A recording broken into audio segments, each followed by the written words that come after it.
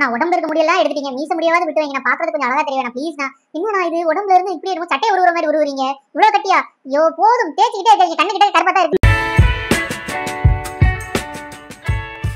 நண்பர்களே, நம்ம இந்த வீடியோவில் பார்க்க போகிறது இந்த ஷிட்ஸு பற்றி தான். இந்த ஷிட்ஸு வந்து ஹெவி நாட்டடாக வந்திருந்தது. அவங்க பெட் பேரண்ட்ஸ் ப்ராப்பராக மெயின்டைன் பண்ணாலுமே அவங்களுக்கு அந்த கோம்பிங் விஷயம் சரியாக தெரியல. நீங்கள் ஷிட்ஸு வச்சுருக்கீங்க அப்படின்னா ப்ராப்பர் கோம்பிங் அவசியம். இது வந்து வீக்லி ஒன்ஸ் பண்ணக்கூடாது, ஒரு 2 நாளைக்கு ஒருக்கையாவது இல்லை டெய்லி ஒன்ஸாவது பண்ணிடுங்க. அப்போ தான் வந்து ஷிட்ஸுக்கு வந்து நாட்ஸ் வராது. ஸோ இவங்க பார்த்தீங்கன்னா மேலப்பெல்லாம் நாட்ஸ் தெரியல, பட் உள்ளே போக போக பார்த்தீங்கன்னா ஹெவி நாட்ஸாக இருந்தது. இது பார்த்தீங்கன்னா இது எப்படின்னா தோலோட ஒட்டி இருக்கிற ஃபர் வந்து நாட்டடாக இருக்கும், அதுக்கு மேலே வந்து நாட்ஸ் தெரியாது. ஸோ இப்போ பார்த்தா தெரியுது பார்த்தீங்களா, என்னமோ இந்த செம்மறி ஆட்டுக்கு இது எடுத்த மாதிரி, ஷீட் எடுத்த மாதிரி. ஸோ இந்த மாதிரி வந்து ஷிட்ஸூஸ் வந்துடும் நாட்ஸு. ஸோ இது இப்படி வந்ததுன்னா நம்ம 0 கட் தான் பண்ணணும். இப்போ நம்ம பண்ணுறது வந்து 0 கட். அண்ட் இதனால பார்த்தீங்கன்னா டாக்ஸுக்கு வந்து ஹீட் பேலன்ஸ், ஹீட் உடம்புல இருக்க ஹீட்டை வந்து மெயின்டைன் பண்ணுறது கொஞ்சம் கஷ்டமாக இருக்கும். ஸோ வீட்டுக்குள்ளேயே ரொம்ப வச்சு வளர்க்கணும். ஒரு 1 மந்த் ஆகுது கண்டிப்பான முறையில் உங்கள் டாக் வந்து வீட்டுக்குள்ளே வச்சுருங்க இந்த மாதிரி எடுக்கிறோம் அப்படின்னா. அடுத்து பார்த்தோம் அப்படின்னா கால் கடியில் ஃபுல்லாக நாட்ஸு, செஸ்ட் போர்ஷன், அடிப்பகுதி எல்லாமே நாட்ஸாக தான் இருந்தது. ஃபேஸே பார்த்தீங்கன்னா ஹெவி நாட்ஸ் தான். காது, அந்த கழுத்து பகுதி, இந்த மாதிரி இதெல்லாம் காது கிட்டக்கையும் நாட்ஸ் இருந்தது. அவங்க பெட் பேரண்ட்ஸ் நான் சொல்லிட்டேன் ஃபுல்லாக நம்ம ரிமூவ் பண்ண போகிறோம், ஸோ ஜாக்கிரதையாக பார்த்துக்கோங்க அப்படின்னு.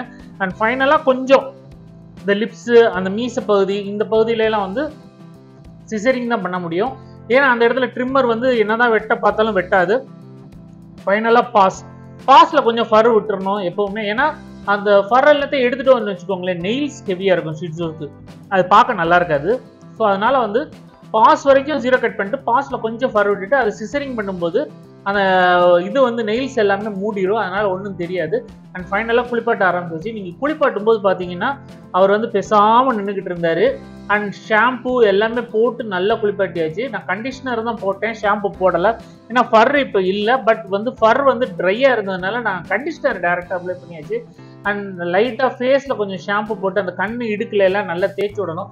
ஷிட்ஸூஸை பொறுத்த வரைக்கும் எப்போவுமே சொல்கிறது என்னென்னா, நீங்கள் வந்து வாயவும் கண்ணையும் வந்து டெய்லி க்ளீன் பண்ணிடுங்க. அது வந்து நல்ல ஒரு டவல் எடுத்து அதை ஈரத்தில் முக்கி அந்த ஈரத்தோடு க்ளீன் பண்ணுங்க, அதுவே போதுமானது. நீங்கள் அதுக்காக வந்து டெய்லி வந்து ஸ்வைப்ஸு, இந்த வைப்ஸ் இது சொல்லுவாங்க, அந்த மாதிரி இதெல்லாம் யூஸ் பண்ணணுங்கிற அவசியம் இல்லை. பிகாஸ் அது வந்து ஏதாவது கெமிக்கல் கலந்துருப்பாங்க, சானிடைசிங் கெமிக்கல் கலந்துருப்பாங்க. அதை வந்து டைரெக்டாக நம்ம கண்ணுக்கிட்ட கொண்டு போகும்போது வந்து ஏதாவது பிரச்சனைகள் வர்றதுக்கு வாய்ப்பு உண்டு. முக்கியமாக சென்சிட்டிவாக இருக்கிற ஷிட்ஸூஸ்க்கு இந்த மாதிரி பிரச்சனைகள் வரும். அதனால் நார்மல் கிளாத்தை நினச்சி யூஸ் பண்ணுங்கள். இந்த வீடியோ உங்களுக்கு பிடிச்சிருந்தா லைக், ஷேர் அண்ட் சப்ஸ்கிரைப். நம்ம அடுத்த வீடியோவில் பார்ப்போம் கைஸ்.